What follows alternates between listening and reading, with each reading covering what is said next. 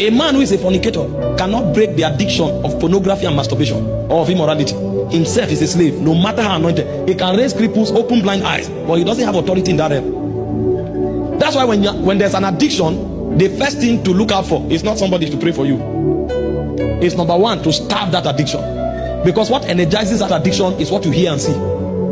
If you starve that addiction for a long time, the power will die, and the connection that addiction has to your brain. Because for every addiction, there are neurotransmitters that have been trained to create hormones that power it.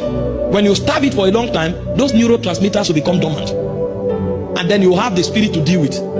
And the second way to address an addiction is to begin to hear contrary realities and see contrary realities. When you do it for a long time, your mind will be renewed. The spirit will no longer have the manipulative power over your mind. It's when these two things are done that you'll be able to cast out the demons and be free from the addiction.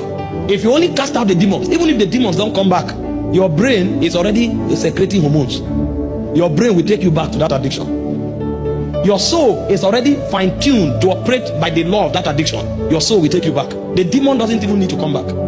And so the way you engender that kind of deliverance is to first deal with your mind. Listen, your word is in your mind. I'm telling you, your word is in your mind.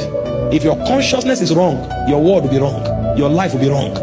If your consciousness is right, your word will be right, and your mind will be right.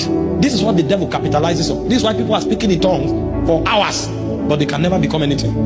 When they are young, they will enjoy the energy that comes with it. After many years, you will discover that it's only a handful that become champions. Because if you pray and it doesn't affect your mindset, if you study and it doesn't affect your mindset, what you are doing is cramming. That's the difference between a brilliant child and an intelligent child. A brilliant child remembers to pass exam. An intelligent child solves problem.